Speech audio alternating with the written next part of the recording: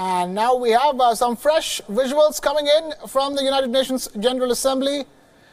US President Donald Trump has arrived on the premises of the United Nations headquarters in New York.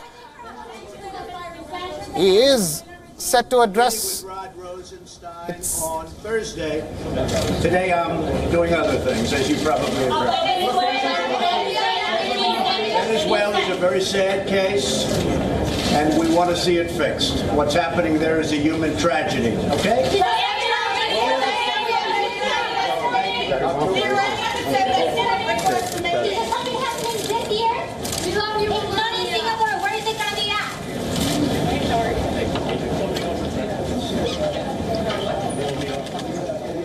Right, Trump is in the building, and he is being accompanied by the entire family, his wife, daughter, son-in-law, his daughters, in fact, and also Nikki Haley, US's ambassador to the United Nations.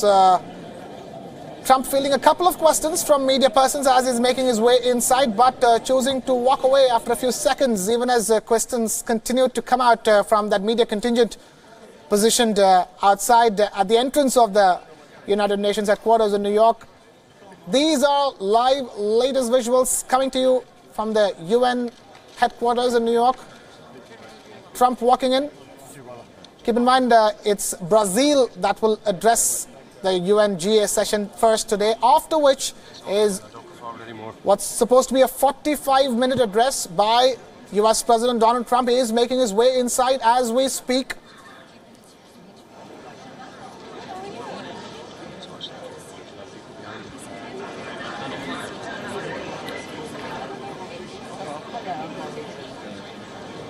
Sovereignty of the US is set to top the agenda of US President Donald Trump's address at the United Nations General Assembly this year. He is set to hammer home the America First priority and point of view of the US at this year's UNGA. He made his United Nations debut just about a year ago, and that address created quite a ruckus with his blatant criticism of North Korea at that point in time. Now things have changed. And for today's address, Donald Trump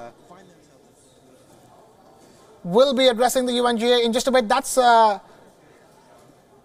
Brazil that will be addressing the UNGA first. And these are the latest recorded visuals from the United Nations headquarters of US President Donald Trump. He has just made his way inside. He is likely to trumpet his own domestic policies and domestic achievements, according to him.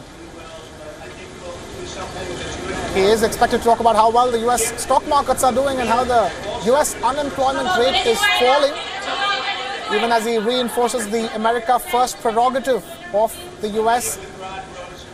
And he is most certain to return to the topic of Iran after pulling out of the nuclear agreement meeting with Rod in May this year. On Thursday. Today I'm doing other things, as you probably have heard. Venezuela is a very sad case, and we want to see it fixed. What's happening there is a human tragedy, okay? When will the summit be with Kim October? US President Donald Trump there, fielding just a couple of questions by the media contingent at the entrance of the United Nations headquarters, responding to that question on Venezuela, and he's calling it a human tragedy. The crisis in Venezuela being referred to as a human tragedy by US President Donald Trump as he makes his way inside to deliver his address at the United Nations General Assembly, the 73rd session of the United Nations General Assembly that we're talking about. And as we've been telling you, he will talk about and hammer home the point of America First, the sovereignty of America being the top priority above everything else for the US. And then he will highlight his successes, the successes of his administration, the domestic successes within the US of his administration, like the falling unemployment rate and the booming stock markets. And he will definitely touch upon the topic of Iran. At least that's what's expected. It's a 45-minute address is what is expected. And for now, latest recorded visuals of Donald Trump at the United Nations headquarters on your screens. and it's good for your gift and good for North Korea and also good for I'm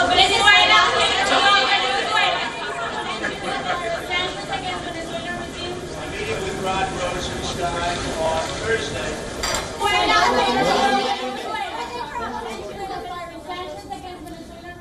I'm meeting with Rod Rosenstein on Thursday. Today I'm doing other things, as you probably have heard. Venezuela is a very sad case, and we want to see it fixed. What's happening there is a human tragedy, okay? When will the summit be with Kim And now we have Wion's Siddhant Sibal now joining us live from the United Nations headquarters in New York. Siddhant, the big day at the UNGA.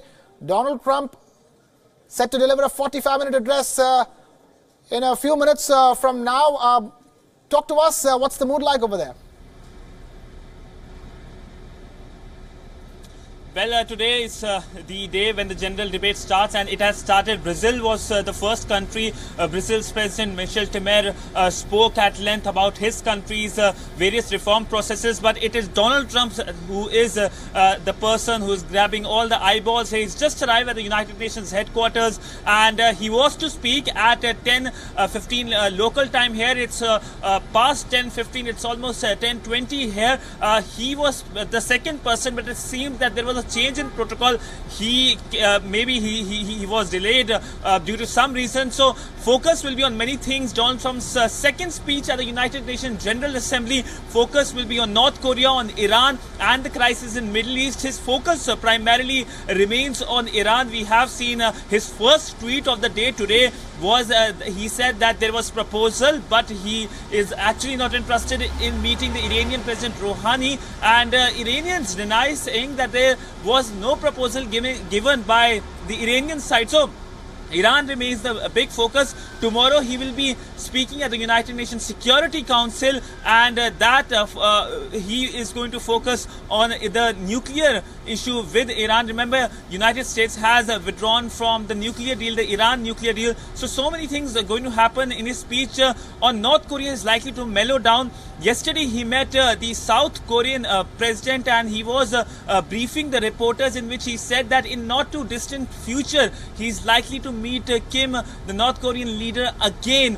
So that's an important development that he announced. So North Korea and Iran being the important focus, but domestically, if we look at US goes to elections, so he might use that platform to amplify his views about the foreign policy, and his ties with China, with Russia also remains focus in his speech, his much anticipated speech at the United Nations General Assembly.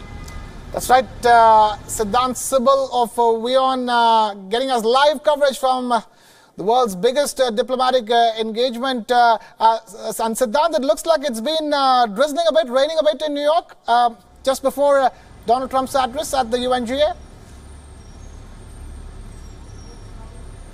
Well, there has been a change in weather. It was pleasant till yesterday, and today it's raining heavily here in New York. And of course, that doesn't cool down the tempers here, because it's not only US versus Iran, it's also India versus Pakistan. We have seen how tension have risen in the subcontinent, in the Indian subcontinent, and the newspapers are talking about those tensions at the United Nations General Assembly, and that has been a norm in a sense. And we all know what Pakistan is going to do, is going to rake up Kashmir again. And we spoke to various diplomats here who dismissed it, who said that we have a strategy in place, we'll tackle it, and this is nothing new. And their focus, India's focus, will be on the issue of counter-terror, on the issue of cooperation among nations. India said that since it's a platform that provides ability to cooperate, to make new friendship, that will be the focus, while Pakistan, being the solo player,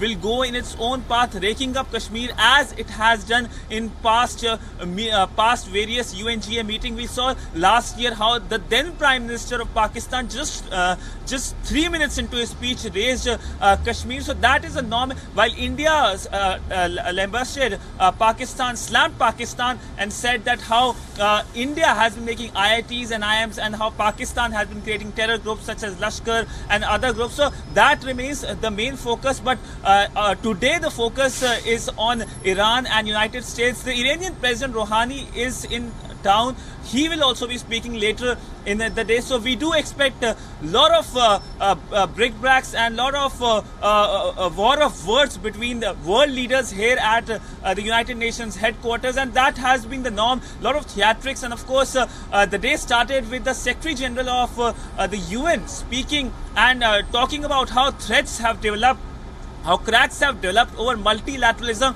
He warned about the rule of law not being respected. Strong statements. He said climate change is the biggest worry. He talked about that the global order is changing fast and it's creating instability in the world. That is a dangerous precedent. And also the first women president of the UNGA, United Nations General Assembly, spoke and echoing the same sentiment on multilateralism. It's an important development on multilateralism, because this time around we have seen how the world is facing threats of protectionism and dangers to multilateralism. And Nikki Haley last week only briefed the media on how the US president will be focusing on the sovereignty, on America first, and the entire multilateralism in United Nations might take a step back. Siddhant Subal getting us the non-stop live coverage from the United Nations headquarters in New York. Siddhant, stay with us. Stay with us. We are counting down to that big US President Donald Trump's address at the UNGA.